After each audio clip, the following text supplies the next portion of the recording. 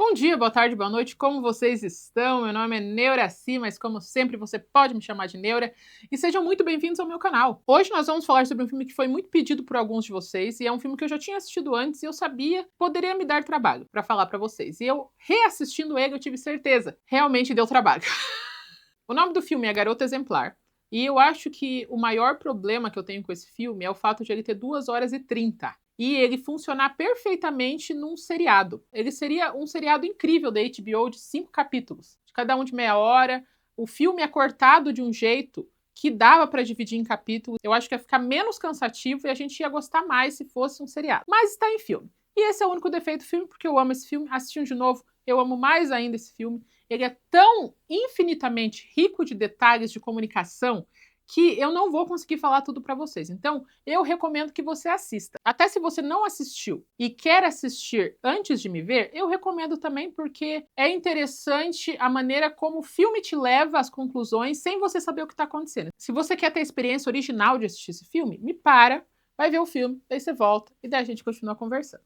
Tá bom? E o filme é tão cheio de informações interessantes que eu queria fazer uma review hoje contando o filme pra vocês e uma review amanhã contando o mesmo filme sobre um aspecto diferente. Eu queria fazer um vídeo falando sobre o planejamento estratégico da protagonista, que é genial. Ela planeja o implanejável. A gente aprenderia várias coisas completamente antiéticas com ela. Mas hoje, em específico, eu quero falar do aspecto de comunicação, não é mesmo? Que é o canal sobre isso. Mas como a mídia e como as outras pessoas usam sinais de comunicação, às vezes sutis, às vezes mais diretos, para nos manipular a acreditar em alguma coisa. E não apenas só a mídia, as outras pessoas, mas o nosso próprio viés, nossas próprias crenças fazem a gente ignorar umas coisas e prestar atenção em outras. Coisas importantes que eu preciso falar antes de a gente falar efetivamente sobre o filme. Ninguém nesse filme presta. E todos são narradores não confiáveis. Então você não dá para confiar muito em ninguém, não. Inclusive, acho eu, minha teoria, de que quem você passa pano nesse filme é aonde está a tua falha de caráter. Se você passa mais pano pro marido, talvez você não veja tanto problema com traição. Eu passo um pano desgraçado para a protagonista. Ela é uma psicopata de acordo com um livro de problemas psicológicos. Ela é manipuladora, ela não se importa com ninguém e ela faz tudo para que as coisas aconteçam do jeito dela. Ela não tem características que façam ela ser uma boa pessoa. Mas, infelizmente, eu gostaria de dizer que não, mas estava eu lá, tipo, vitoriosa. Por quê? Porque o protagonista tem várias falhas de caráter que me incomodam sempre, porque as situações da vida dela fizeram ela se tornar a pessoa que ela é. Nada tira a culpa dela, tá? Mas, como eu falei e eu falo sempre, a história é mais importante que a verdade. O entretenimento é mais importante que o conhecimento. Você já não ficou 1 hora no celular vendo um homem asiático cavar um buraco e fazer ele virar uma piscina? Já não ficou vendo alguém limpando um carpete? Desenferrujando um balde, porque eu já fiz todas essas coisas. Aquilo não te acrescenta em nada. Você não sai melhor ou pior. Você está literalmente gastando a sua vida. Mas você fica lá por quê? Por quê? Porque te entretém. Mas, oficialmente, vamos ao filme. Ah, uma coisa importante. As informações do filme não são contadas de forma linear. Então, os acontecimentos que são apresentados para nós não estão acontecendo na ordem certa. Por quê? Porque o filme também está nos manipulando. Então tem a manipulação dos personagens entre si e a manipulação do filme com nós. Então a gente tá tipo, não, com certeza a culpa é dele. Daí acontece uma informação nova, você fala, eita, talvez a culpa não seja dele. Daí aparece uma informação nova, fala, eita, a culpa é de todo mundo. Não, mas eu vou ficar do lado dela. E daí, você vai, cada informação que chega, você fica, eita, eita. Por quê? Porque a ideia é causar essa confusão na nossa cabeça também. Mostrar que se a gente não contar a verdade toda, ou contar só um pedacinho da verdade, depois pular outro pedacinho, você vai ser manipulado. O resultado desse filme é o quê? É manipulação. Resumo do filme, manipulação entre todos. Mas tá, o filme começa com o Nick, que é vivido pelo Ben Affleck, que tá fazendo carinho na cabeça da esposa e falando, às vezes eu olho pra cabeça da minha esposa e penso, nossa, eu queria tanto bater com o martelo na cabeça dela. Queria pegar uma colher, tirar o cérebro dela com uma colher, pra enfim ter as respostas do que se passa na cabeça dela. E dela olha pra ele com a cara mais psicopata da vida. E o filme efetivamente começa. Começa com o Nick indo pro bar que ele é dono. O nome do bar se chama Bar. The Bar, onde ele é dono junto com a irmã. Ele chega lá para deixar um jogo de tabuleiro, porque tem vários jogos de tabuleiro no bar, e ele fala que tá meio que fugindo da esposa, porque é o aniversário de casamento deles. Vão fazer 5 anos de casados e todo ano tem uma caça ao tesouro, que é baseada em pistas sobre a vida dos dois e sobre a vida dela. E ele não gosta dessa caça ao tesouro porque ele não sabe resolver as charadas, porque ele não se importa bastante sobre essas coisas. Então, ele só parece um grande idiota. Ele fala, mais uma caça ao tesouro para minha esposa expor para todo mundo o quão péssimo marido eu sou. E daí o telefone toca, é o vizinho dele falando que o gato fugiu. E ele vai para casa para pegar o gato e colocar para dentro de casa. Chegando na casa, a porta tá aberta, a mesa tá revirada, o vidro tá quebrado e a esposa dele não está lá. Ele faz o que é certo e ele imediatamente liga para a polícia. A polícia chega. A gente vai conhecer 2 policiais, um homem e uma mulher. O policial homem, ele pega um ranço do personagem principal do Nick. Nada que ele faça pro bem ou pro mal, faz esse policial mudar de ideia de que ele é culpado. Se ele não é culpado do assassinato da Amy, ele é culpado de alguma coisa, porque ele não gosta da cara dele. Então já tem um policial que não é nem um pouco imparcial. E a policial, que no começo parece ser muito responsável, muito séria em relação. Só que daí, ela tá procurando as pistas do que aconteceu na casa e ela descobre que a desaparecida, a Amy, ela é a personagem de um livro, de uma série de livros infantis chamada A Fantástica Amy. Quando ela descobre que a desaparecida é famosa, ela meio que muda a postura dela. Por quê? Porque ela fala com o Nick, olha, faz pouco tempo que ela tá desaparecida, eu não posso decretar como desaparecido ainda segundo a lei. Mas como eu fui na sua casa e eu vi que é um negócio meio especial, a gente vai levar isso com muita seriedade. Então a gente já tá rastreando a linha de telefone dela, já tá rastreando o cartão de crédito dela, já vai imprimir cartazes para espalhar pela cidade e vai ter uma coletiva de imprensa. Por que teria uma coletiva de imprensa? Porque a Amy é famosa e isso vai trazer olhos para os policiais, para a delegacia de polícia que está cuidando desse caso. Então, pelo fato dela ser famosa, a policial tratou ela diferente. É isso que eu falo, como todo mundo tem um viés nesse filme. E o Nick não tinha nem ligado para os pais dela ainda. Ele é o grande isentão de tudo. Então, tipo, ele chega na polícia, eles começam a falar, e daí ela pergunta, você não quer que os pais da Amy estejam aqui? Daí ele fala, tenho que avisar os pais da Amy, que ela tá desaparecida. Ele não avisou. Daí ela fala, você não avisou? Eu tava aqui, você tava falando comigo, o telefone não tinha sinal, ele já bota a culpa em outra pessoa, e daí ele vai ligar pros pais. E fora que a policial tá super séria falando assim pra ele. Então, nós vamos rastrear cartão de crédito, nós vamos fazer os cartazes. Ele olha pra ela e fala, nossa, parece que eu tô no episódio de Law and Order, que é um seriado de julgamento, e ainda faz a musiquinha de abertura. Então, ele não se importa. E ele não teve que passar por momentos que ele teve que aparentar se importar. Então ele continua não se importando. Enquanto nós temos os fatos do presente, que é a Amy desaparecida, nós temos o diário da Amy contando o passado. Contando como foi incrível o começo de relacionamento deles. De como ele era um cara legal, engraçado, divertido, que encantou ela imediatamente. E como o início do relacionamento deles foi um negócio muito de comédia romântica. E o relacionamento deles vai lindo. E com 2 anos de relacionamento, ele pede ela em casamento. Enquanto ele veio de uma família de classe média baixa, a Amy, ela veio de uma família rica. Uma família que ficou rica com a série de livros que eu falei pra você. Mas essa família, ela faz uma das coisas que é mais maldosa que eu já vi na minha vida. Eles criam um personagem chamado a Fantástica Amy, que é exatamente igual à filha dele, só que melhor. Então ela fala, quando eu decidi de tocar violoncelo, a Fantástica Amy fez um livro onde ela se tornou um prodígio do violoncelo. Ela não passou no teste para ser jogadora de vôlei. No outro livro, a criança, a maravilhosa Amy, conseguiu entrar no time oficial da escola. E eles estavam na festa do casamento da maravilhosa Amy. Maravilhosa Amy se casou antes da Amy de verdade. É nessa festa de casamento da maravilhosa Amy que o Nick pede ela em casamento e é nessa festa que a gente meio que conhece os pais dela. Então o pai dela chega e fala pra ela que ela tem que ir conversar com os jornalistas e mostrar um pouquinho da fabulosa Amy da vida real. Então a Amy, ela é treinada para falar com a mídia. E isso é uma coisa muito importante. A mãe dela não fala nada, só chega, olha pra ela e fala, eu achei que você vinha de branco pra combinar com a personagem.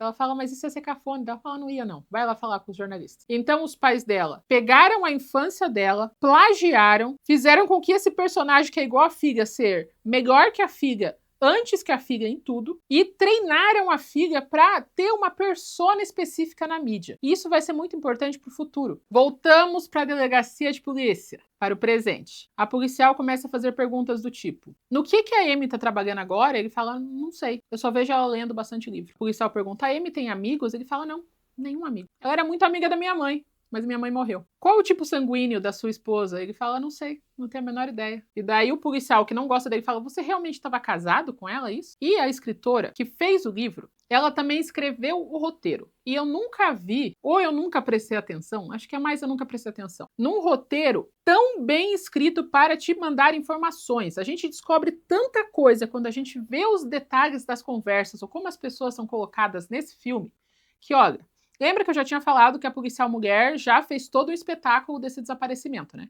Ela tá conversando com o Nick e ela fala: ah, sua esposa, ela era meio Kenga com todo mundo, tratava mal e tal. Daí ele fala: não, ela só era complicada. Ela olha pra ele e fala: é, realmente, ela parece ser do tipo A. Você claramente é o tipo B. Tipo A e tipo B é um teste de personalidade, que não tem nenhum embasamento científico pra nada, mas que muitas pessoas usam para definir pessoas. Tipo A, tipo B, tipo A é mais direto, sabe o que quer, líder, tipo B não, essas coisas. Esse é um teste que não tem base científica nenhuma. E ela fala pra ele com certeza. Então ela está o quê? Jogando uma pseudociência forte. Era tipo ela falar assim: nossa, mas ela é de escorpião?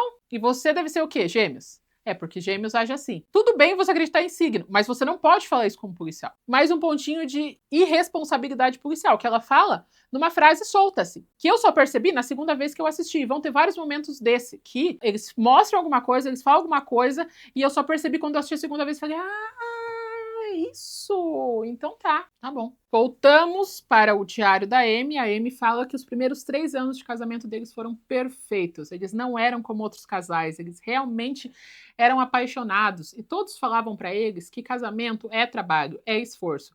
Mas ela não entendia o esforço, já que era tudo tão feliz.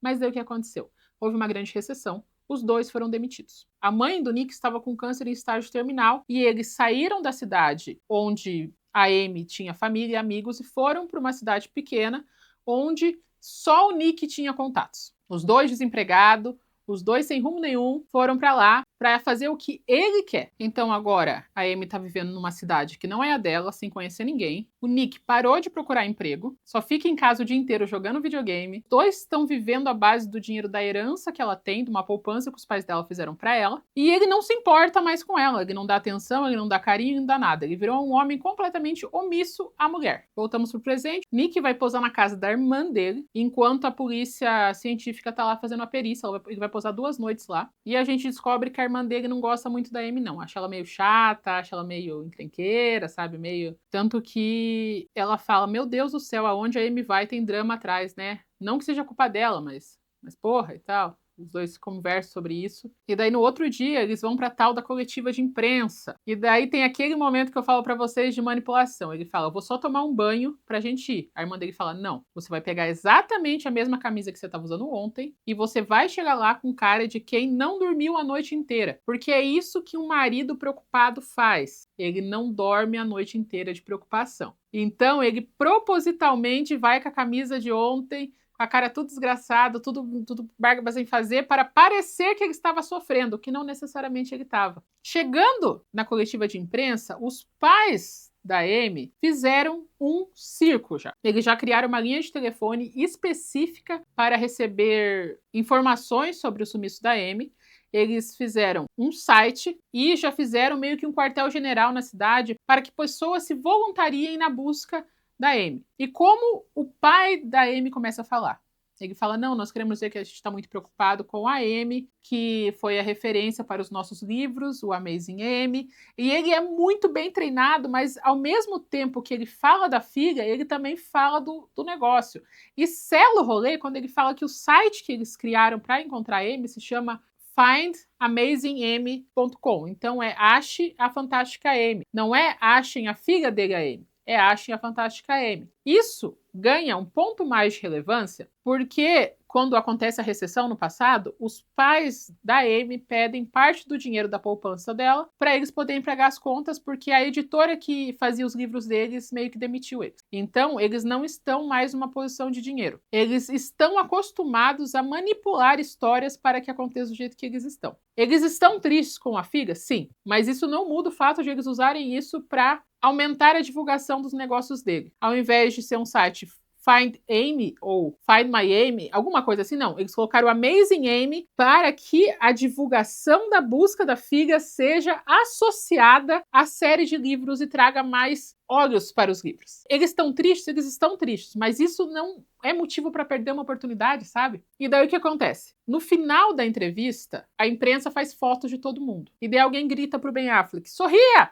E ele sorri. Ele sorri do lado da foto da mulher desaparecida. E isso faz a mídia começar a se voltar contra ele. Já começam a achar estranho. Como assim você sorriu? Porque os pais fizeram a maior cara de morte, porque eles já são treinados. O Ben Affleck ainda não está treinado. Então, para vocês verem como é sutil, ele foi com a camisa de ontem, sem fazer a barba, sem tomar banho, para parecer que estava cansado e sofrendo, mas ele sorriu para a foto e isso fez com que a percepção dele mudasse. São dois atos muito pequenos, mas que significam muitas coisas para muita gente, sobretudo quando tem tantos olhos vendo. E isso é muito interessante, eu amo isso nesse filme. Nick tá na coletiva de imprensa, a polícia tá vasculhando a casa dele. O que eles descobrem fazendo toda a pesquisa, a perícia? Que tudo tá no nome da Amy. A casa tá no nome da Amy, os cartões de crédito estão no nome da Amy, a conta de telefone dos dois estão no nome da Amy, e o bar, até o bar, tá no nome dela. Então, a irmã dele odeia a Amy, mas mesmo assim ela se aproveitou do dinheiro da Amy, porque o bar, ele fala, não, eu tenho um bar junto com a minha irmã. Mas nenhum dos dois colocou dinheiro. Quem pôs dinheiro foi a Amy. E você já fica tipo, eita, irmã, até tu, até você. Nossa senhora. E nessa perícia, eles também descobrem a primeira pista daquela caça ao tesouro de aniversário. E daí o Ben Affleck, sorrindo, fala, eu sei qual pista que é essa. É pro escritório dele. No escritório dele, eles encontram uma calcinha vermelha, fio dental e uma segunda pista. Ele mente que não sabe qual que é a resposta da segunda pista, mas ele sabe. Então ele vai até a segunda pista, era para ele ir até a casa do pai dele, que era onde o pai dele morava antes. Ele vai até lá e lá tem a terceira pista. A terceira pista, ele resolve esconder da polícia. Então nós que até aquele momento não sabemos de quem é a culpa, vemos o seu Ben Affleck sendo um péssimo marido, sendo indiferente, não conseguindo arranjar um emprego e agora ele esconde provas da polícia. Você já fica tipo, eita, aí tem coisa. E enquanto isso, a cidade inteira tá fazendo um pente fino na cidade. Tipo, a cidade parou e eles estão andando juntos para que não sobre nenhum pedacinho sem ver se tem alguma pista, alguma coisa. A cidade inteira tá correndo atrás disso. E o que acontece na segunda noite que ele tá posando na casa da irmã? Quem aparece? A amante. A amante do Nick aparece falando que está completamente apaixonada e preocupada porque viu as coisas na televisão, já chega beijando ele, falando que ama ele. E ele prometeu para ela que iria se divorciar, mas agora eles não podem. E eles têm um último encontro antes de eles pararem de se ver. Quem vê isso de manhã? A irmã dele. E daí ele fala para a irmã dele que ele está tendo esse caso com essa menina, que é aluna do curso de escrita que ele dá na universidade, faz 1 ano e meio. Eles estão naquela cidade faz 2 anos. Então, existe uma grande possibilidade de a mãe dele com câncer em estado terminal, a esposa dele ter ido para ficar com a mãe do Nick, e o Nick tá arranjando uma amante bem mais nova. Completamente apaixonada por ele. E daí a irmã fica louca, né? Você fala, nossa, você já tá ferrado. Já nada te ajuda e você ainda se atrapalha. Você não sabe que a mídia tá toda atrás de você e dela liga num programa. O programa é uma Sônia Abrão da vida. É um programa de fofocas especulativas. E a mulher que apresenta, ela vai meio que ser a voz dos que estão vendo. Então, ela faz qualquer coisa pra criar o espetáculo. Ela já tá achando estranho a foto que o Nick tirou sorrindo do lado da esposa desaparecida. Teve uma mulher que surgiu do nada e tirou uma foto com ele, e ele se distraiu e acabou fazendo uma selfie sorrindo. E ela também tá falando que acha estranho o relacionamento que ela tá tendo com outra mulher, como é que ele tá sorrindo para mulheres no momento desse. E ela vai escalonando, e ela vai criando dúvidas, assim, ela é muito argilosa. E ela vai aparecer em muitos pontos do filme pra gente entender o que a mídia tá falando sobre o assunto. Então, o Nick saiu com a amante, no outro dia ele tinha uma vigília de encorajamento para continuar buscando a Amy, e ele faz um senhor discurso e ele começa a ser suspeito, né? Ele fala: eu queria dizer pra vocês que eu não matei minha esposa, não fui eu. Eu amo minha esposa, eu não matei ela. Como se alguém que não matou fosse falar assim em público. Eu sei do que estão falando de mim, eu não matei ela. E daí do nada chega uma mulher grávida e fala: você não sabia que ela estava grávida de 6 semanas, Nick? Conta pra todo mundo. E daí ele fica: eita, grávida? Ele não sabia que ela estava grávida. Daí ele é escoltado pela polícia até a casa dele e a polícia chega de carteirada mostrando prova. A polícia descobriu que existiam marcas de sangue no chão que foram limpas com sabão, mas ainda deu para ver com aquela luz colorida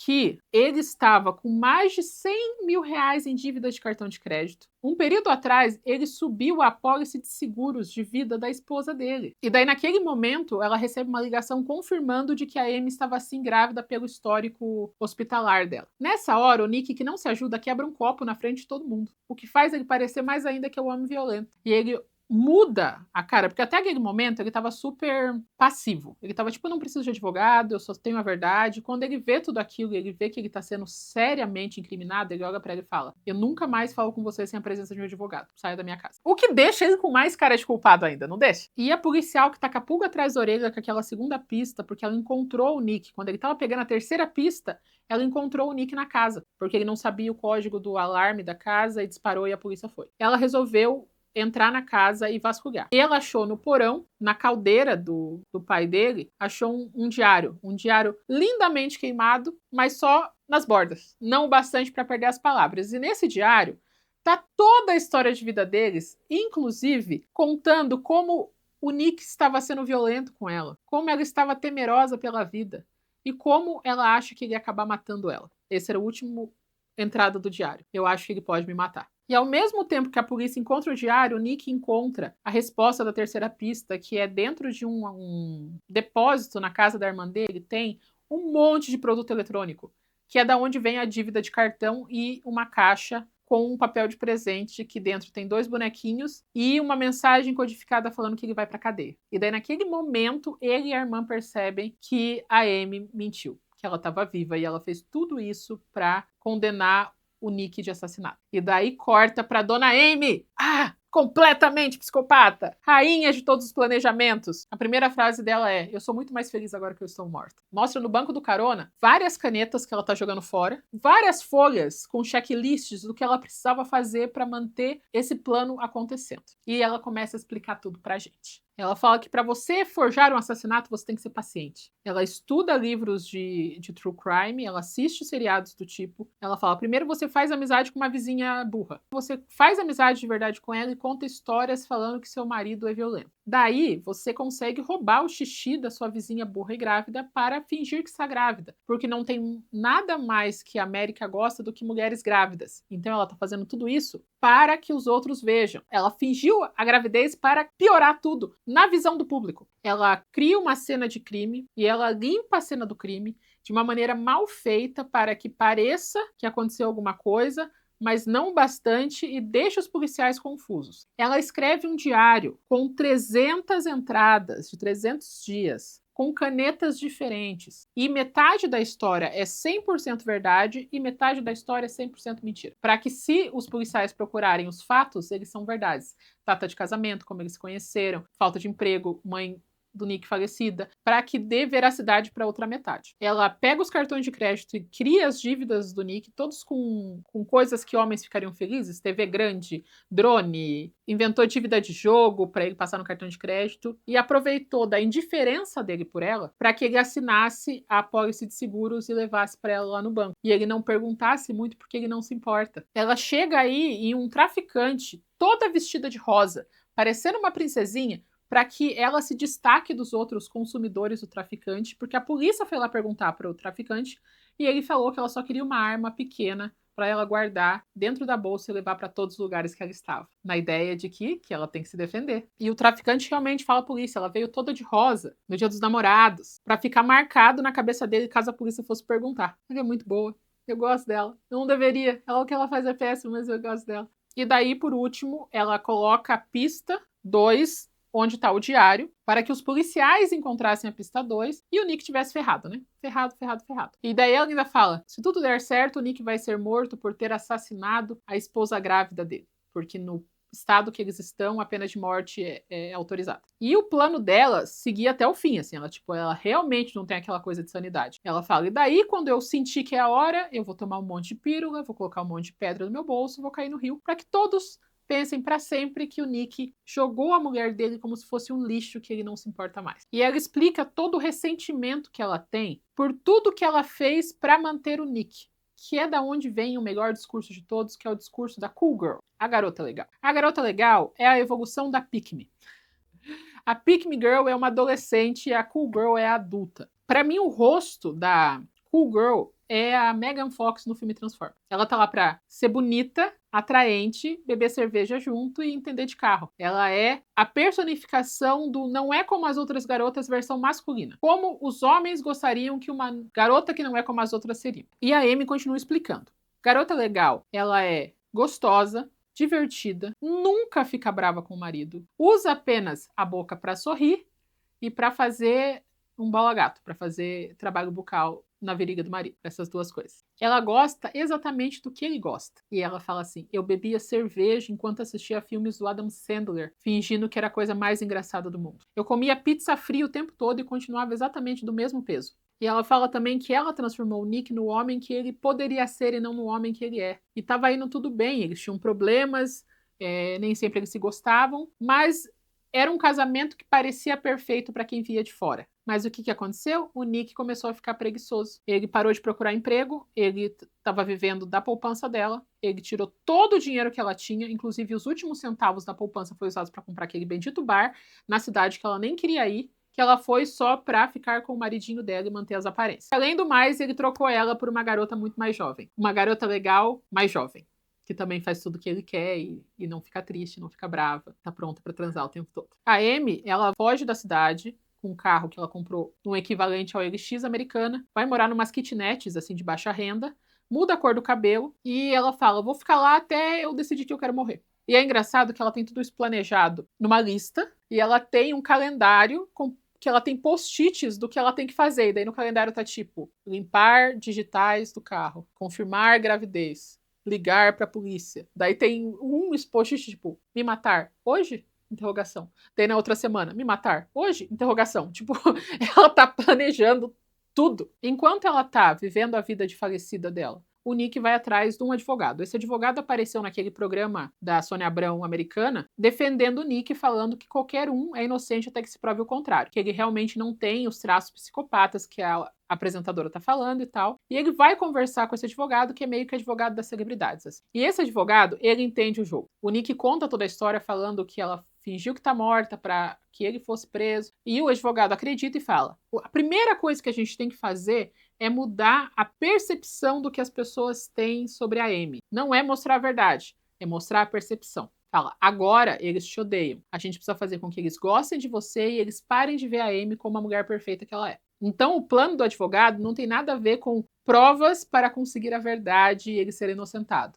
Não, é como nós podemos manipular a mídia para que eles parem de acreditar que ela é a vítima. E a Amy, ela tem 2 casos de namorados malucos, assim. O primeiro namorado tentou se matar, perseguiu ela loucamente e tem uma ordem de distância dele. O segundo foi acusado de estupro e foi preso e foi julgado e também nunca mais apareceu.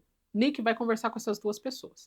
Primeiro, ele conversa com o que foi acusado de estupro. E ele explica que nada disso aconteceu. Que a Amy mentiu para todo mundo, ela fez um jeito, ela planejou cada aspecto da situação, ela pediu para ele fazer coisas que, se ela acusasse ele de estupro, ia parecer isso. E ele foi julgado, ele foi condenado, ele assumiu a culpa para não poder ser preso e faz 8 anos que ele não tem emprego, ele não tem namorada, porque procura ele na internet, tem o caso dele ser o cara que abusou da Amazing Amy, da maravilhosa Amy. Então ele meio que perdeu a vida dele inteira por causa disso. Uma crítica muito séria que esse filme recebeu e que eu achei interessantíssima a resposta da autora do livro, e que é muito válido, que é assim, nós mulheres somos facilmente desacreditadas. Daí aparece na mídia um exemplo de uma mulher que usa os homens da maneira como eles têm medo, que é tipo, mentir que foi usar da força pelo homem, mentir traição, mentir várias coisas,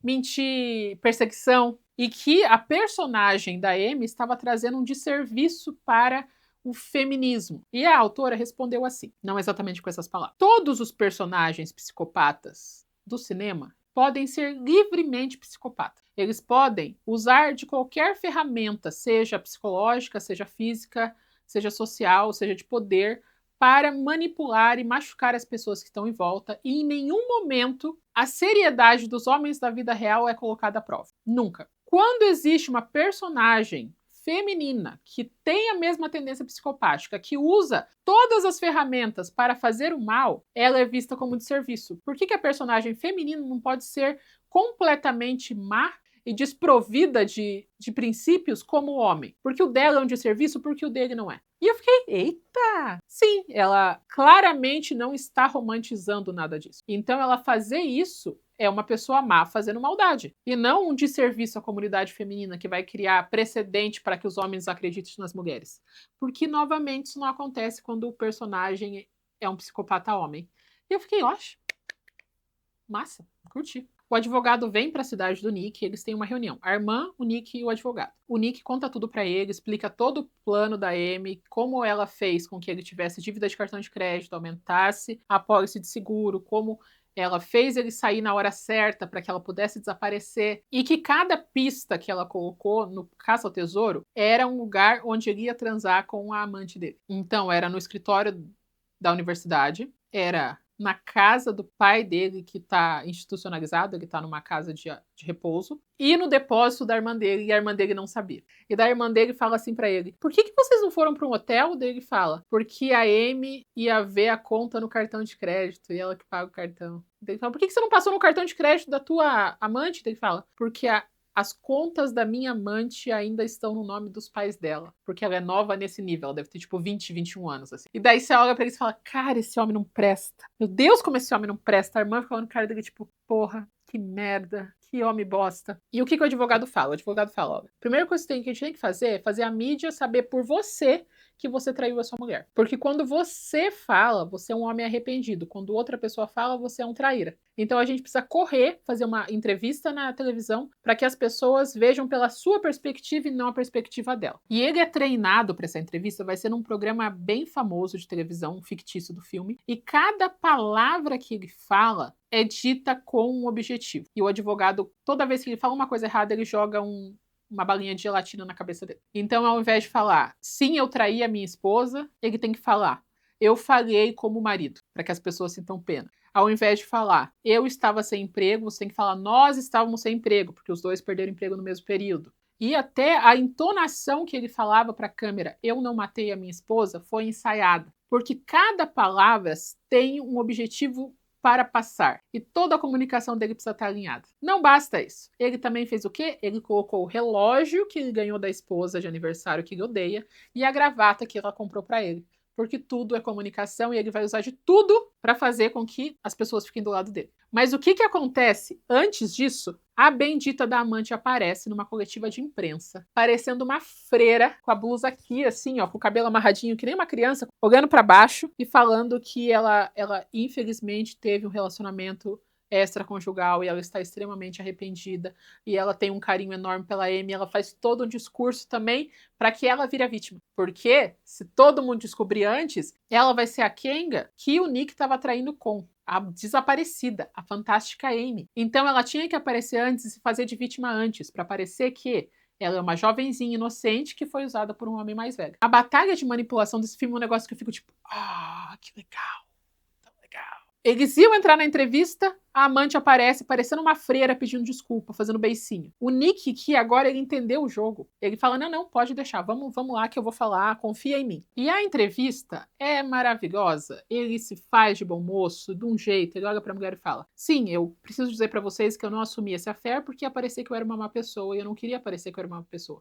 Mas agora eu estou tão desesperado com o sumiço da minha esposa que nada mais importa pra mim. Eu queria dizer que eu fui um péssimo marido, eu falhei com a instituição do casamento. Eu sou um homem medíocre que encontrou uma mulher maravilhosa e fingiu que era melhor do que realmente ela para conquistar ela. Eu espero que quando ela voltar, a gente possa reconstruir o nosso casamento. Ele fala isso com uma seriedade, uma sinceridade no coração. E ainda olha pra mulher e fala, então, você acha que a sua mulher está viva? Ele fala, eu tenho certeza que a minha mulher está viva. E daí ele dá um recado para ela e fala, volta para casa, meu amor. Eu te amo, vai ficar tudo bem. E os três saem comemorando a entrevista pelo jeito que ele falou. E o advogado fala assim, eles vão te odiar agora, mas depois eles vão te amar, sabe por quê? Porque hoje você fez boa televisão. Hoje você criou entretenimento e isso faz qualquer pessoa se apaixonar, e dá certo na entrevista. Ele fala isso, no outro dia tá todo mundo pro lado dele, por motivos de como é fácil perdoar um homem arrependido, né? A mídia tem muita facilidade em passar pano nos erros dos homens, se ele parecer que tá sinceramente arrependido. Então agora a mídia tá do lado dele também. Então ele tá tipo, yeah. Enquanto isso, Amy tá ferrada, porque ela faz amizade com dois vizinhos que descobrem que ela tem dinheiro guardado, roubam todo o dinheiro dela. Então o plano dela de viver enquanto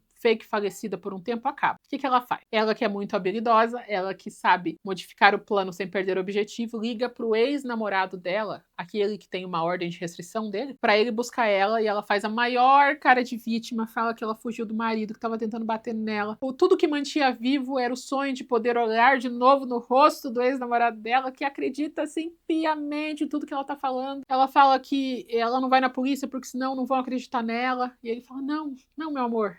Ela se faz de vulnerável para que ele seja o protetor. Fala, não, a gente vai para minha casa na praia e lá você vai ficar bem. A casa da praia é top porque ele é riquíssimo, riquíssimo. E ele é obcecado por ela e mostra tudo que a casa tem. Fala que a casa inteira tem câmeras de segurança que ela pode assistir pela televisão ou pelo celular e tudo tá sendo gravado. E que agora ela não precisa ter medo porque agora as coisas vão ficar bem. Só que no outro dia ele aparece com maquiagem, pinça, roupas novas e tinta de cabelo e fala, ali tem uma academia. Você vai se sentir melhor quando você voltar a ser o que era. Então, ele já está coagindo ela a ser o que ele quer que ela seja, porque ela engordou, ela tá com cabelo com corte que ela mesma fez, ela tá com cara de exausta, ela tá com roupa larga. Inclusive, sou eu ela, não sei se eu falei, mas sou eu, só a Amy fugitiva. E ele não quer ela desse jeito. Então, ele compra tudo para que ela volte a ser quem ela era antes. Então, ele também já tá manipulando ela. E em outro momento, ele fala, olha, eu te esperei por 20 anos. Eu não vou me forçar contra você, mas eu também não vou ficar esperando. Então, tipo, você veio pra cá, mas agora você é minha, sabe?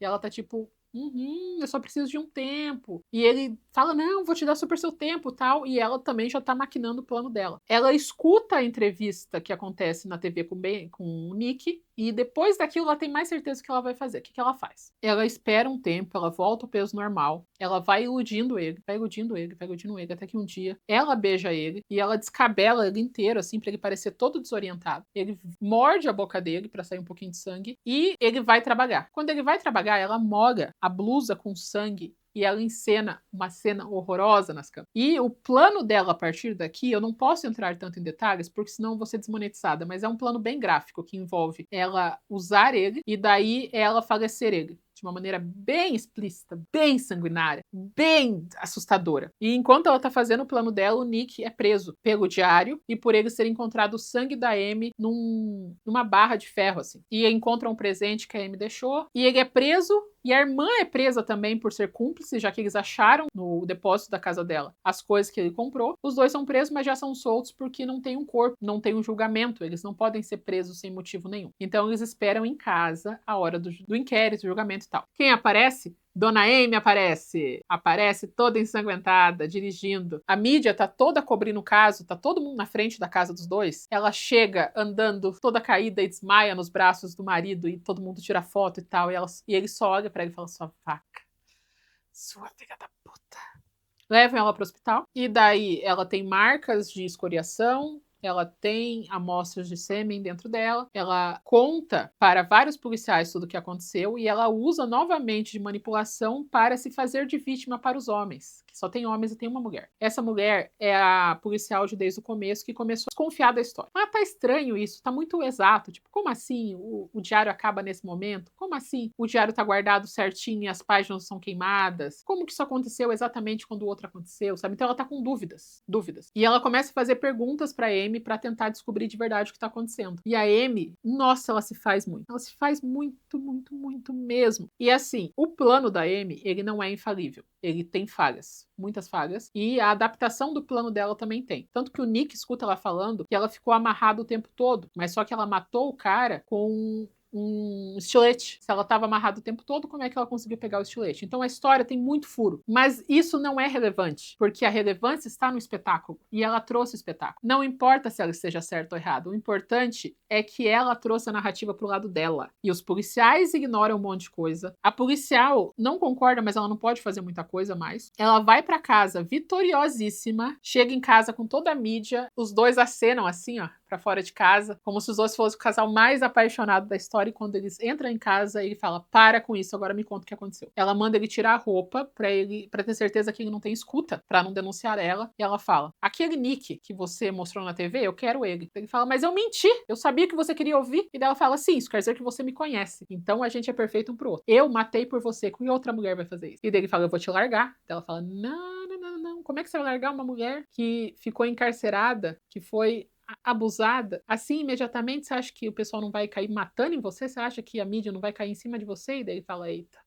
E ela fala assim, a gente foi feito um por outro, você tem que aceitar isso. E daí ele deita ela na cama e vai dormir no outro quarto. No outro dia tem uma coletiva de imprensa, onde a Amy tá assinando autógrafo, tá abraçando criança, tá sorrindo pra todo mundo. E daí o Nick olha pros pais dela e fala, vocês devem estar muito orgulhosos, né? Mas é um orgulhoso, tipo, vocês criaram essa demônia. Vocês devem estar felizes porque vocês gostam disso. Mas ele não fala isso, né? Mas você vê nos olhos dele que é isso que ele quer falar. Eles vão pra casa, passa-se um tempo, tem uma segunda reportagem. Essa reportagem é com aquela apresentadora que desceu o cacete no Nick o filme inteiro, que criou um monte de teoria da conspiração, agora ela tá indo entrevistar os dois. E daí, a Amy, que já não basta tudo que ela fez. Ela usou o sêmen do Nick, que estava guardado numa clínica de fertilidade, para fazer uma inseminação artificial, agora ela tá grávida dele. Ela fala que se ele for embora, a criança vai odiar ele pra sempre, então ele não tem mais como fugir. E os dois sentam na entrevista, abraçadinhos de mãos dadas, falando como agora eles estão trabalhando no casamento deles, que a prioridade é os dois, e que agora eles vão ser pais. E todo mundo fica tipo, oh meu Deus, vão ser pais!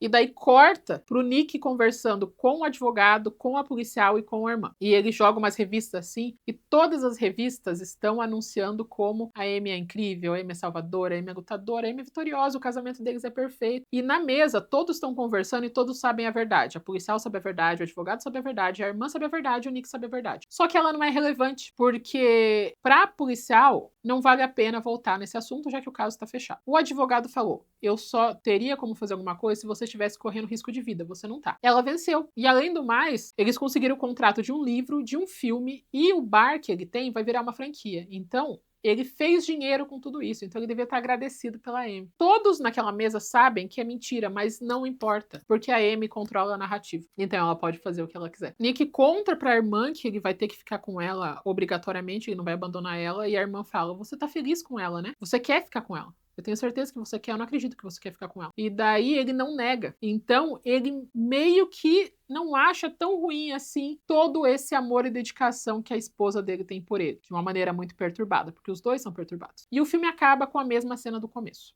Gente, esse filme ele tem tanto mais detalhe que você descobre na conversa, nas roupas, no que tá atrás. Esse filme ele é muito bem feito, ele é muito bem amarrado e é uma história muito interessante e é uma história que não tem vencedores. Quer dizer, a Amy venceu, né? É, a história tem um vencedor que é a Amy. Então o bem não vence nesse filme. Mas do mesmo jeito é muito interessante como a gente se ilude com a história. A primeira vez que assiste, né? A primeira vez que eu assisti eu fiquei, será que é? Será que não é? Mas essa informação, essa informação. E a segunda vez que eu assisti eu fiquei, cara, quanta manipulação. Então eu falo pra vocês sempre que a comunicação tá em todo lugar. Esse filme mostra exatamente isso. Mostra a comunicação deles pra gente, deles um com o outro, que a comunicação tá numa camisa amassada, numa barba sem fazer, num sorriso que ele deu pra câmera, numa maneira que ele explica que ele foi infiel. Tudo é comunicação e nesse filme ele é usado de uma maneira muito genial. Eu espero que eu tenha passado todas as informações do filme sem criar mais confusão. Eu tô há tanto tempo lendo e assistindo esse filme que eu já não sei se eu tô falando a informação certa mais. Mas é isso. Vocês gostam desse filme? Vocês vão assistir por causa de mim? Conta pra mim nos comentários. Não se esqueça de curtir esse vídeo se você gostou, se inscrever no meu canal se você ainda não é inscrito, se quiser se inscrever. Se você quiser ser membro, você pode ser membro. Temos grupo no Telegram, tá na descrição. E a gente se vê na próxima semana ou a qualquer momento.